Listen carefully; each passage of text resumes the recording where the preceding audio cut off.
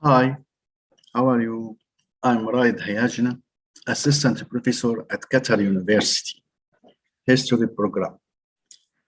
It's my pleasure to provide you with a short presentation titled by Sheikh Jassim of Qatar and his relationships with the Ottoman Empire in the period of 1871 to 1913.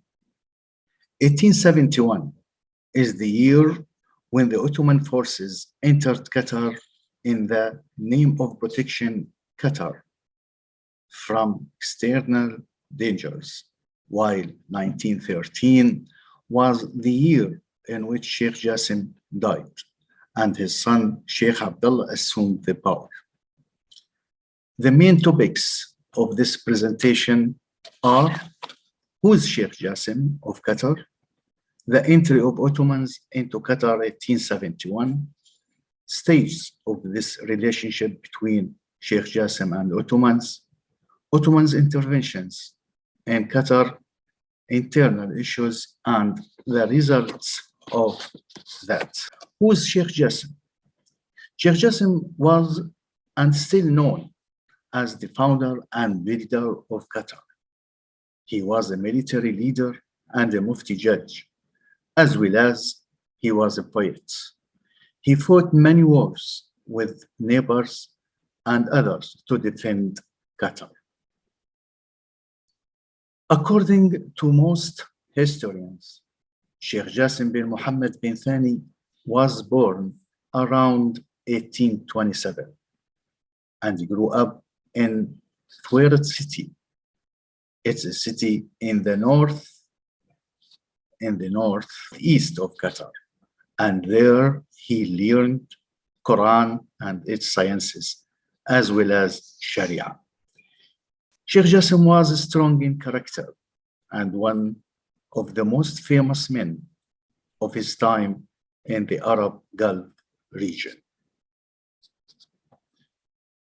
In 1876, it was the beginning.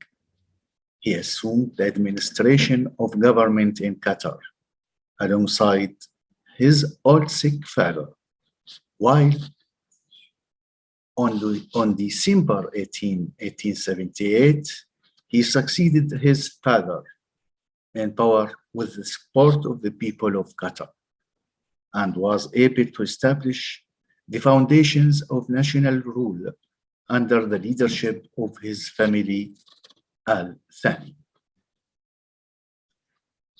In the year of his rule, Sheikh Jassim directed his efforts to unite the people of Qatar by deepening national belonging and emphasizing the importance of harmony among the components of the people.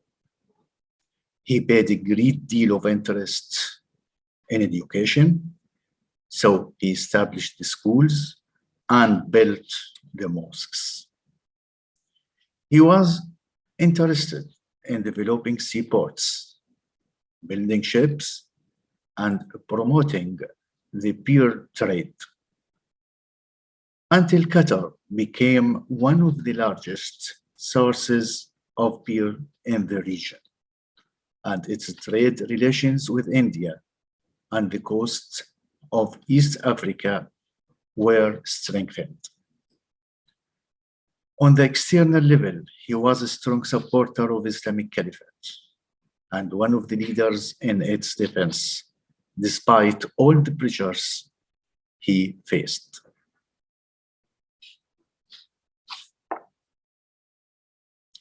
The entry of Ottoman Empire into Qatar 1871.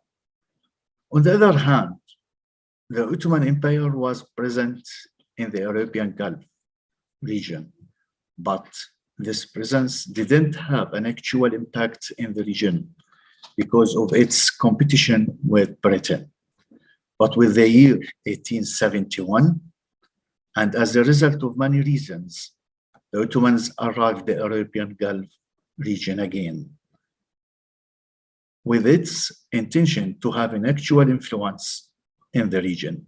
So the Ottomans finally reached the region including Qatar in 1871. Since the arrival of the Ottoman forces in Qatar, we can distinguish two types of relations between them and Sheikh Jassim. The first was friendship relationship stage that lasted between 1871 to 1881. 1871 to 1887. The second relationship of hostility between 1887 until 1913, means until the death of Sheikh Jassim. At the first stage, Sheikh Jassim had friendship relations with the Ottomans and remained the influential person in managing the country's affairs. One of the features of this was the close cooperation was that Sultan Abd al-Hamid II has presented in 1884 a book of honoring Sheikh Jassim for his loyalty to the Ottoman state, for his good management of Qatar, and his standing in front of British ambitions. Sheikh Jassim believed that accepting the Ottoman protection would not affect his influence, but after a few years of accepting the Ottoman protection, the Ottomans began to take administrative measures that would reduce Jassim's influence and authority. And this moved the Ottomans' relationship with Sheikh Jassim into a new stage of hostility, which among its features were reducing independence of the sheikhs of Qatar. How's that? By the Ottomans began insisting that the sheikhs of Qatar should consult them in all decisions, which affected the extent of the independence of the sheikhs of Qatar.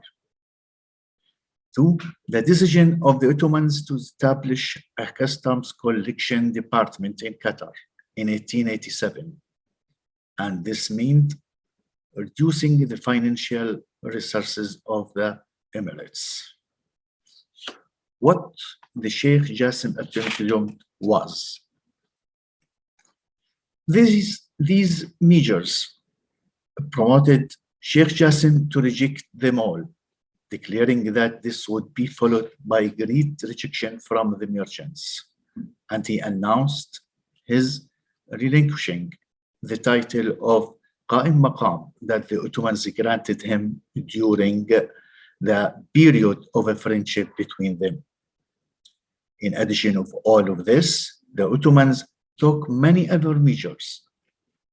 For example, they established an Ottoman administration in 1887, established a coal store to supply the Ottoman ships with fuel, increased the number of Ottoman soldiers in Doha to reach 1,000 of soldiers, placed a steamboat to stay in the port of Doha.